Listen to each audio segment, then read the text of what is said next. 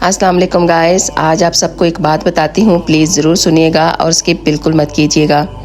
حضرت علی رضی اللہ تعالیٰ عنہ کے پاس ایک شخص آیا اور کہنے لگا کہ یا علی، میں نے منت مانی تھی کہ اگر میرا بیٹا ہوگا یا بچہ ہوگا تو میں کتے کے ساتھ کھانا کھاؤں گا۔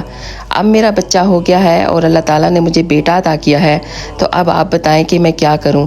تو حضرت علی فرمانے لگے، یہ تو بہت ہی ناجائز سی بات ہوگی کہ تم کتے کے ساتھ کھانا کھاؤ، لیکن ہاں تم ایسا کر لینا کہ اس شخص کے ساتھ کھانا کھا لینا جس نے 3 دن تک کوئی بھی نماز ادا نہ کی ہو۔ یہ ہے بے نمازی کی مثال۔